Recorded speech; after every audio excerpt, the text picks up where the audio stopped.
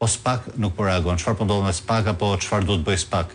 Nëse me këtë lajm Bledi ne pak a shumë mësuam dhe arsyen e vërtetë të thirrjes së Altin Dumanit në Departamentin Amerikan të Shtetit edhe qëndrimet e njëpasnjëshme të ngarkuarës me punë të ambasadës amerikane që në takimet me ministrat e qeverisë apo dhe me deputetë të ri të kësaj legjislature ka pasur dy fjalë kyçe, kartelet e drogës dhe çështjen e pastrimit të parave, që përgjithsisht është ose në ndërtim ose në turizëm. Ne besoj që në rastin konkret jemi përballë asaj se çfarë ndodh në realitet dhe unë besoj që është vetëm maja e icebergut, pasi do duhen edhe 2-3 muaj që të nisë edhe valja e goditjes, karshi atyre grupeve të strukturuara kriminale nga Shqipëria që kanë operuar në Amerikën Latine dhe në Bashkimin Evropian, po normalisht kanë qenë edhe pranë kufirit të Shteteve të Bashkuara të Amerikës dhe duke qenë atje, patjetër që kanë qenë në lupën e ideas amerikane. Tani këtu kemi të bëjmë me një problem realisht serioz që edhe një herë sot u vënë në dukje dy standardet e SPAK. Pse e them të? U bën gati 24 orë që ka dalë lajmi për zotin Hysa, pra që sipas amerikanëve është edhe ortak në biznes me kartelin Sinaloa. Ndërkohë që ne nuk kemi ende një lëvizje nga SPAK për të kuptuar se çfarë licencash ka marrë, kush ja ka firmosur këto licenca, çfarë biznesesh apo çfarë pasurish kanë në Shqipëri.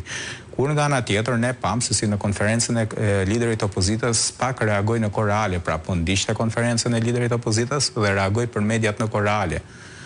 Një reagim në kushte emergjence, por ndërkohë kemi këtë çështje tjetër që është një çështje realisht shumë sensitive pasi ne po flasim për ekonominë shqiptare, ekonomia funditës është ajo që drejton një shtet.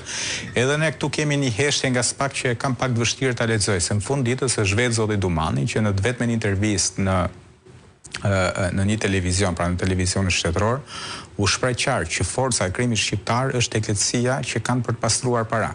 Të njëjtën gjë e tha Gratieri në një intervistë me Nelo Trokjan, dy njohës shumë mirë të krimit shqiptar, që nëse kartelet e drogës nga Shqipëria kanë një avantazh në raport me grupet e tjera të trafikut të drogës nga vendet e Ballkanit, është lehtësia me të cilën ato i pastrojnë dhe i injektojnë në ekonomi parat e tyre për t'i marrë pastaj mbrapsht. Dumani dha edhe një deklaratë tjetër që në mënyrë direkte apo indirekte inkriminon dhe kryeministrin e vendit. Ai u shpreh qartë tatimet, doganat dhe institucionet e tjera shtetërore, ku në bindjen time përfshihet Banka e Shqipërisë, Policia e Shtetit edhe njësitë vendore që japin një pjesë të mirë të lejeve të ndërtimit dhe kanë mundësinë që të sinjalizojnë.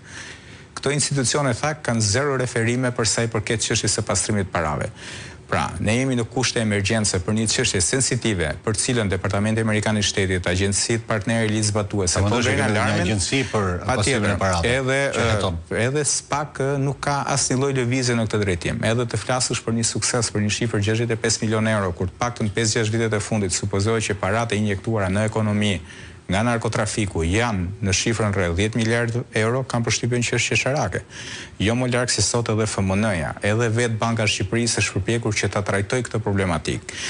Tani pyetja që shtrohet është çfarë ndodh? Kush është përfituesi më i madh i gjithë kësaj ose injektimi i këtyre parave të narkotrafikut në ekonomi? A janë shqiptarët? Unë them që ja. Dhe këtë tregojnë shifrat e Eksodit, pra që Eksodi, pavarësisht se 5-6 vitet e fundit ekonomia shqiptare është mbushur me para të pjesë, Eksodi për fat keq është rritur. Në këtë histori unë gjykoj që ka një përfitues që është